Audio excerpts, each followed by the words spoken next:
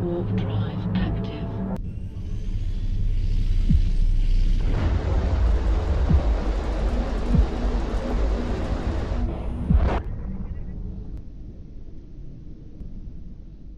Hello and welcome to Sovereign RPG. I am Sovereign, and the devs have been kind enough to give us access to a test server in order to be able to show you ships, show you fits, different skill levels, and all kinds of different options with everything in the game, so we can actually show you ships more frequently, and so it doesn't cost us an arm and a leg to get those skills redone every time we want to try a different ship. Now, I'd just like to put a disclaimer in there. This is the test server. This is not the live server. There are ships, there are modules here that are not currently in the game, but these fits that I will be showing will have only modules that we can use in the game and rigs that we can use in the game. But there will be ships that I will be showing you guys that are not currently available in the game, but they are only available on the test server. And I will have to tell you that these ships are not fully balanced and they're not finished yet because they're not in the game, as you know. But we've been given permission to show these ships to you. So firstly, I'm going to start going through battleships. Now, the battleships are the pinnacle of your PvE experience. They will get you the most amount of ISK as quickly as possible. So I'm going to do a sort of tier list doing a T10 encounter, and we're going to time it from the start of the first Annihilate to the end of the second Annihilate, and we're going to tier them up because, as you know, when it comes to PvE, clear times are what matter. Now, this is a ship you haven't seen before. This is the Barghest. This is the battleship, the faction battleship of the Mordu's Legion. It's a very ugly ship, giant flying space pan, but as you'll see later on, this is a very powerful ship. Now, this ship ran from Jita to payout, so from Jita to the first Talkie Talk, to the second Talkie Talk, then to the first Annihilate, and the second Annihilate. It did that in just under 2 hours. Now, just the first Annihilate took 20 minutes, and the second Annihilate took an hour, and this is in the T10 story encounter, Sweet Poison. So let's go through the fit that we've used on this ship. So in the top slots, we are looking at Pith C-type large rapid missile launchers. You can use the mediums on there to get yourself a little bit more range, but you are sitting at 55.3 kilometer missile range with the large rapids. That's more than ever need. In the mid slots, we are sitting here with some Haley target painters and some Predator stasis weatherfires, 2 of each. Now, you don't really need the Predator stasis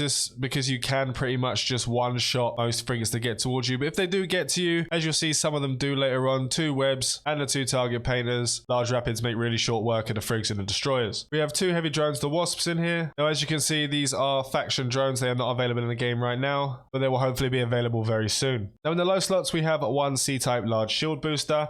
We have 2 C-type adaptive and vulnerability fields. Now, you don't really need these, as you'll see when you have the time-lapse completion of Sweet Poison at the end of the video. And we have 2 Pitham C-type ballistic control systems. Now, if I could do this again, I would probably take another adaptive off there and stick another ballistic control system in there. Now, in the rigs, we have the rank 4 rigs. By the time this shit comes out, we're likely going to be getting close, but it doesn't really make that much difference from T3 to T4. T3 rigs will be around about the same. You'll lose a couple of percentage in DPS. We have 2 T4 bay loading accelerators. We have 1 anti-EM screen reinforcer 4. And in the engineering slots, we have capacitor control circuit 4x3. This makes it stable on this fit. Don't really need it to be stable because you're not taking many hits at all. So let's look at the cold stats. We have 1901.7 DPS, 102.87 DPS being that of the 2 large drones, 1798.82 being the missiles. In the defense, in the cold, we have 154,834 defense EHP.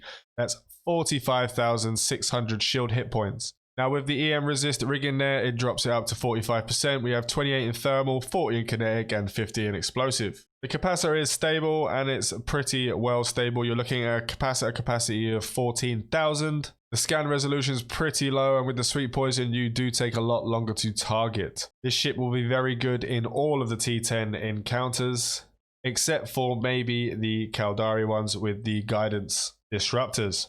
It has a very small signature radius, 332. That is absolutely tiny. And we have a navigation speed of 176.9 meters a second, with an under 10-second warp preparation time and a warp speed of 2 AU. So let's go outside the station and have a look at the stats hot. So with our stats hot, we're looking at 2,992.23 DPS. 2,889 of it will be the missiles. In our defense, we have EM 76%, thermal 69%, kinetic 74%, and explosive 78%.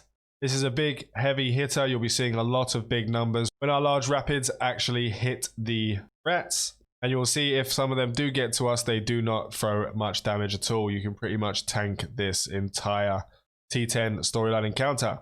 Now this is with skills at 555 on all the relevant skills. This will take a little while for you to actually get to, probably about a year into the game. But it sort of gives you an idea of what you might want to work towards. I did miss out in the mid slots that we have a large group shield booster Mark 9, just to top you off a little bit when you do take a little bit of damage. Sometimes if you get a couple of battleships like the last wave of Sweet Poison, there's quite a few ships and they do take a little while to kill, so they do start to get into rage, especially when you're warping in at 50 kilometers. But you can just warp in at 50 and sit there and just kill everything as it comes to you. It's a very versatile ship, very strong, very powerful, but it will take some balancing likely in future. It is comparable to a full skilled rattlesnake, except you can pretty much hit everything with DPS. Even the small ships, if they do get to you and they do start going around you, you will always chip off damage. Even if you don't web them and paint them, they will always take damage, so you can continue on and on and on. You'll never miss, like a lot of the turrets will do on the battleships. So if you'd like to see how this ship actually runs in a Sweet Poison, there will be a time lapse straight after this. I want to thank you all for watching. I want to thank the devs for giving us access to this testing server. This will really help us to showcase ships and work on our fits to be able to help you down the line. Remember to like and sub if you haven't already. This is your one-stop shop to Evecos. Fly safe and avoid local chat scams.